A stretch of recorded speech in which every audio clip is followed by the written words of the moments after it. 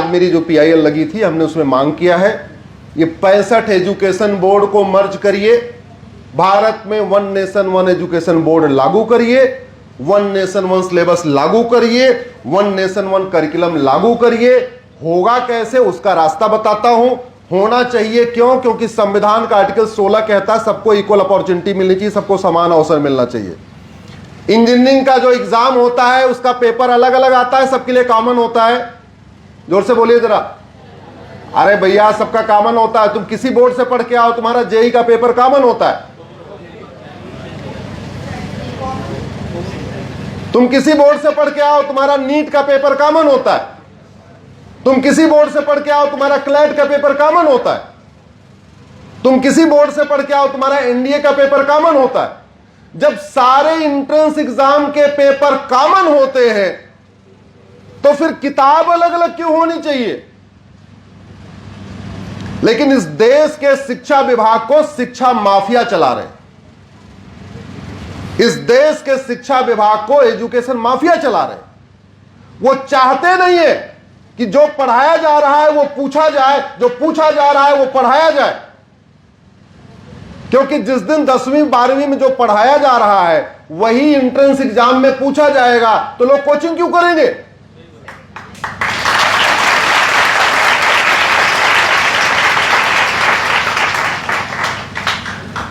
₹5 लाख करोड़ का बिजनेस चल रहा है आज की डेट में। 5 लाख करोड़ का कोचिंग का बिजनेस, एजुकेशन का बिजनेस चल रहा है।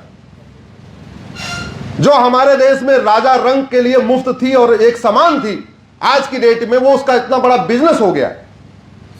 और ऐसा नहीं कि 10,000 रुपए फीस देने वाले स्कूल में पढ़ाओ तो बच्चा आपका IIT में चला जाएगा।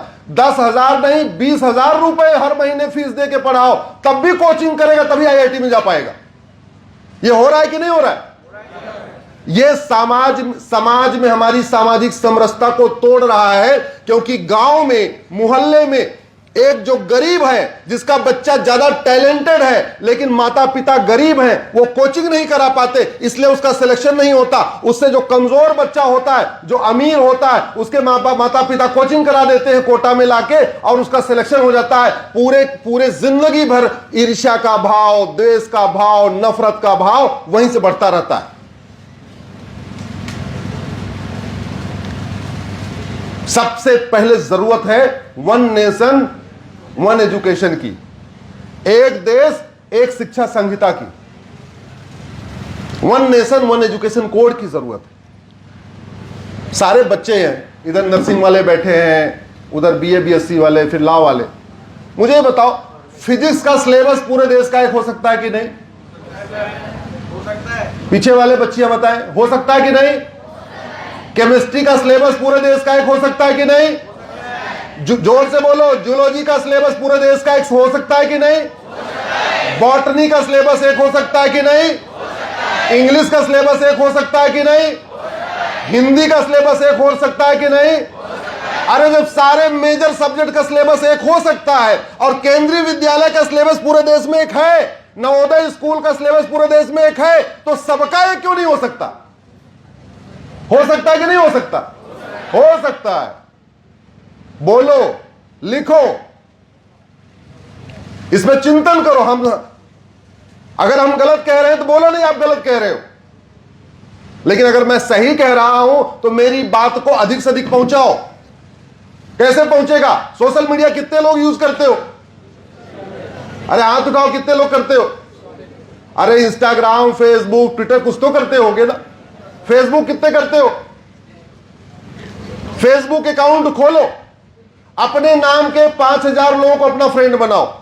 तुम्हारा नाम राम है तो 5,000 राम को अपना फ्रेंड बनाओ। तुम्हारा नाम श्याम है तो 5,000 श्याम को अपना फ्रेंड बनाओ। तुम्हारा नाम गणेश है, बलराम है, महेश है, अनिल है, विभा है, रेखा है, जो भी नाम है, अपने अपने नाम के 5,000 लोगों को अपना फ्रेंड बनाओ। 5,000 लोगों को फ्रेंड बनाने का फायदा यह होगा कि राम कश्मीर में भी मिलेगा, राम कन्याकुमारी में भी मिलेगा, राम राजस्थान में मिलेगा, राम गुजरात में भी मिलेगा, राम बंगाल में भी मिलेगा।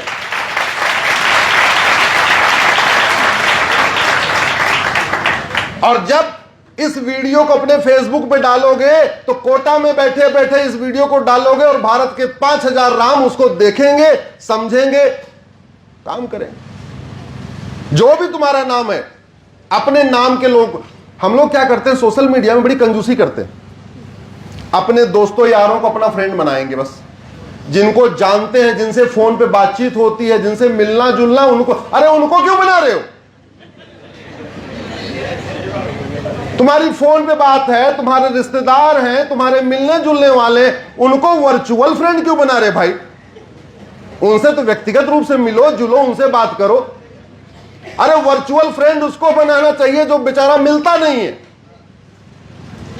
आप कल्पना करिए अगर हमारे देश के सारे युवा इसी तरीके से अपने अपने नाम के, तुम्हारा क्या नाम बेटा? अरे इसका आगे आगे, ये जो इसने सर ढका हुआ है, हाँ, आसिफा, अलसफा।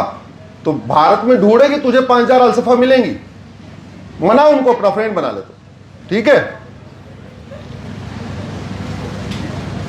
आप सोचिए क्रांति आ जाएगी। एक एक व्यक्ति 5-5 हजार लोगों तक मैसेज पहुंचा रहा है। कोटा यूनिवर्सिटी की, भीमराव अंबेडकर शोध संस्थान की ये बात 1 हफ्ते के अंदर पूरे भारत में पहुंच जाएगी। नैरेटिव बिल्ड होगा कि नहीं? सांसद इस पे सोचेंगे कि नहीं? संसद में मुद्दा उठेगा कि नहीं? विधानसभा में उठेगा कि नहीं? यही ऐसे ही तो करना है, क्योंकि डेमोक्रेसी में डिमांड और सप्लाई होती है, और जब सप्लायर अच्छा हो तो डिमांड करना भी चाहिए। आजकल सप्लायर अच्छा है कि नहीं? जोर से बोलो जरा।